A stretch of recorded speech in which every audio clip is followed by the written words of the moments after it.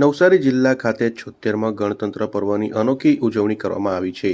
દેશના વીર જવાનોની શહીદોને યાદ કરી સ્મશાનમાં રક્તદાન શિબિરનું આયોજન કરવામાં આવ્યું હતું। સાથે જ 26/1ના ગોઝારા ભૂકંપનો ભોગ બનેલા લોકોને શ્રદ્ધાંજલિ પાઠવી હતી। ચીખલી તાલુકામાં આવેલા ટાંકલ ગામના યુવાનોએ પ્રજાસત્તાક પર્વની નિમિત્તે અનોખો ઉજવણીનું આયોજન કર્યું હતું। ગામના યુવાનોએ દેશપ્રેમ સાથે માનવ સેવાને જોડવાના પ્રયાસ રૂપે સ્મશાનમાં રક્તદાન શિબિરનું આયોજન કર્યું હતું, જ્યાં જીવનનો અંત છે ત્યાં જ જીવન બચાવી લેવાના સંદેશ સાથે આયોજિત આ રક્તદાન શિબિરમાં ગામના યુવાનોએ મોટી સંખ્યામાં ઉપસ્થિત રહી રક્તદાન કર્યું હતું।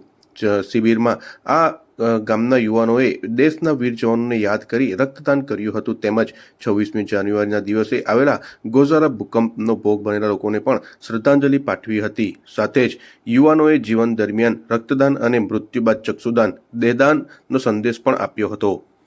પહેલા તો સર્વને જય માતાજી, વંદે માતરમ। આજે 26મી જાન્યુઆરીના દિવસે એક ગામ લોકોનું એક સપનું હતું, એ આયોજન આજે પૂરું થઈ રહ્યું છે।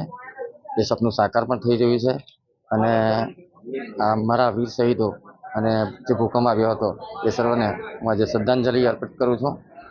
અને ટાંકલ ગામના સર્વે યુવાનો અને ગામ લોકો વતી અને આજુબાજુના એરિયાના સાથ સહકારથી આજે અહીં રક્તદાનનું જે આયોજન થયું છે એમના એ સર્વને તો પહેલાં આભાર માનું છું।